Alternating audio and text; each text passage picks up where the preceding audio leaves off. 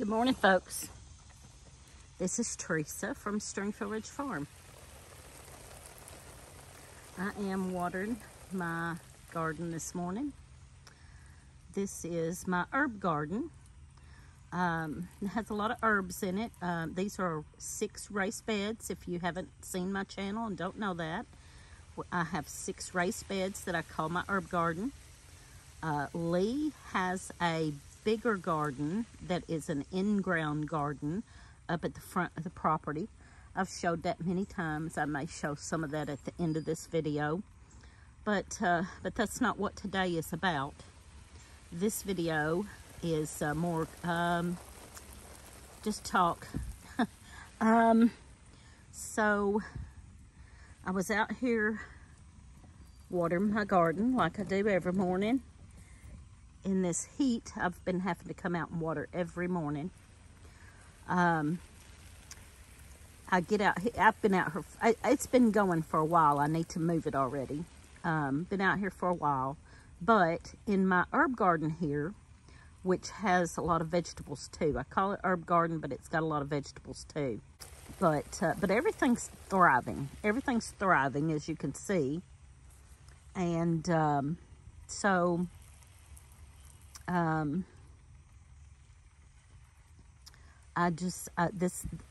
the first year I had this in ground, and I had to, you know, hoe and weed, and it was just hard on me.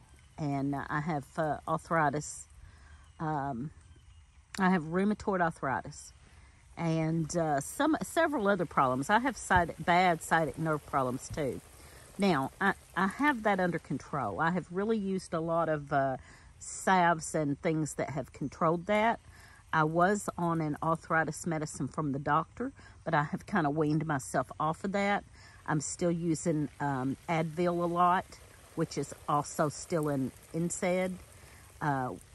But I use a lot of herbal salves and things that help a lot. And if I watch my diet, that helps a lot. But anyway, so it gotten where I couldn't hardly take care of my own herb garden.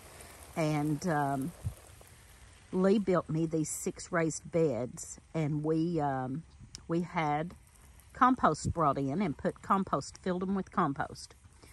We filled them with newspaper on the bottom, and then wood, sticks and wood, and a little bit of straw, and then compost on top of that. We did get a really good compost. I'm going to talk about that a little bit in this video. But anyway, I'm out here watering, and I'm sitting on my bench. I'll show that too. Sitting on my little bench here that I sit on every morning and say my morning prayer. And I prayed over this garden before it really ever got started. As soon as we filled the beds with the compost, I started praying over this garden.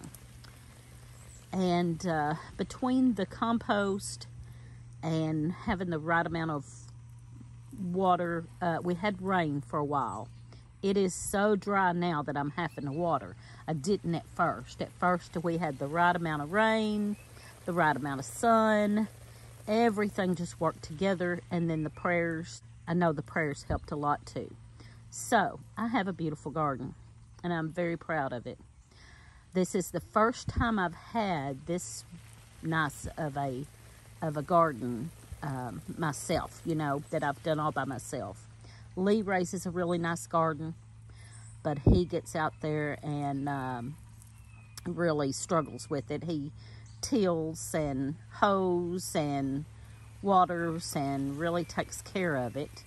And I'm not having to do that much with this. Just to be honest. Just to be honest, I planted all this and all of it. There is hardly anything in here that I didn't grow from seed. I started the seeds in my greenhouse, and I have bought a few plants, but almost everything in here I started from seed, either in my greenhouse or in the ground here. So that's why I'm so proud of it, and I have worked hard on it. I have to do just a very little weeding, but I have had to come out here and water a lot. But one thing I got to thinking about is Jess at Roots and Refuge just done a video rant about some compost that she purchased and put in her high tunnel, and it was bad. It was contaminated with poison from something, from chemicals or something. And I thought, I just was out here praying, at my bench praying, and I was going to mention Jess's video on our Friday Night Live. We come on Friday nights at 7 Central. And I was going to mention Jess's video then, but sitting here looking at my beautiful garden, and that we purchased this compost to fill these beds, made me think about Jess and her video. And I thought, what if this compost we purchased would have been contaminated and killed my plants? I would have been devastated. It would have broke my heart. And I would not have had the money to start over. I would not have been able to scoop all this out and start over with new compost. We could not afford it, and it was a lot of hard work. We wouldn't have had time to do that and start over, or money to start this over. Not this year anyway. But Jess at Roots and Refuge talked about how she is not going to do that. She's not going to just dig it out and bring in new. She is going to find a solution. And her saying that just really touched my heart. It really touched my heart, and it was inspirational that she said she could, and I'm sure she could afford and could just dig that out and throw it away and get new. But she has decided to find a solution of how to fix that compost, that soil that she's brought in.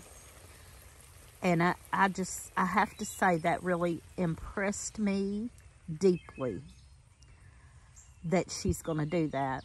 And I thought, how beneficial, how wonderful for the rest of us that she's going to figure that out. And she's speaking out about it. And that way, if it ever does happen to any of the rest of us, we might have a solution. And we all need to speak out about it for sure, because this needs to stop. And also, after I watched Jess's video, Casey over at Boots and Bounty Homestead, she done a video talking about supporting Jess, and so she asked that anybody with a channel do a little video supporting Jess and talking about this issue, and put oh, I don't remember what the hashtag is right this moment, but you'll see the hashtag in the description of this video. Anyway, you can go watch Boots and Bounty Homestead, watch her video talking about Jess's video. And several others. Kathy at Living Miracle Homestead has done one. And I was going to wait till Friday night, but I was sitting here thinking about it and just praising the Lord that that my soil wasn't contaminated, and thought I would go ahead and do this. Jess also showed, I don't know if it's a YouTube video, but I saw it on Facebook, where she showed some of the different things that you can use for pest control. And I use a couple of the same ones she mentioned that are not chemical. They're more organic, which was DE. I used DE on this, and I used some BT, and I used also cayenne pepper, which she didn't mention, but someone told me that cayenne pepper would keep certain pests away. I tried all of that. I've done all of that in this garden, as far as trying to be organic and not use anything harsh and chemical. Now, I have found some squash bugs on Kajari melon. Apparently, squash bugs like Kajari melon better than they do squash, because they are not on my squash. I've been babying my squash and taking care of my squash, and I have had no squash bugs on them. But then one day I looked at my Kajari melon and it was covered with squash bugs. So I did get some of the permethrin and spray on just the Kajari melons. I don't know if you call that organic, but it's not a harsh chemical. It's made out of something natural. And on the bottle, it says you can use it on animals and vegetables and animals and all around. The only thing, cats. You're supposed to not have it much around cats. And I have a lot of cats, so I just sprayed it just on the Kajari melon that the squash bugs were on. And if they get on my squash, I may have to go and spray them too. Anyway, my point is here that I appreciate that Jess is going to figure this out and not just take the easy way out by taking it out and putting more in. She's going to figure it out to also to help the rest of us. So, as I sit here on my bench saying my morning prayers, I have thanked the Lord every morning for this beautiful garden, for my husband who built these raised beds for me, and arches. He built me a few trellises and arches. I've done most of the work in here, but he built the things for me. My fence, you can see my fence, and my gate. Here's the other side that I haven't watered yet.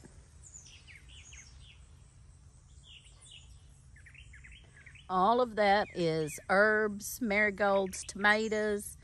That trellis there has my Kajari melon on it. And there you go. Anyway, and then this side. And then my bench. I'll show my bench that I sit on. I know I've showed this before if you watch my channel very much, but for anybody that's new or to let everybody see what's going on, there's my little bench I sit on every morning and say my prayers, or if I get out here and get hot. Anyway, there's my herb garden. At the end of this, I will show a few quick clips of Lee's big garden. This is scarlet runner bean on that trellis. Scarlet runner beans are edible. A lot of people grow them just for the ornamental because they're pretty, but they are also edible. So there you go. That's my herb garden that I'm very proud of. I'm proud of my soil. My soil has been wonderful. So it breaks my heart for Jess and anybody else that got contaminated soil that they can't use. And again, I appreciate that Jess is going to try to find a solution and a fix for that contaminated soil. I don't know if she will accomplish that, but she's going to try. And I truly believe if anybody can accomplish that, it would be her. So that's Jess at Roots and Refuge. In case you don't know, I think everybody knows. Thank you for watching. Give us a thumbs up, comment, and subscribe. And watch us on Friday nights at 7 Central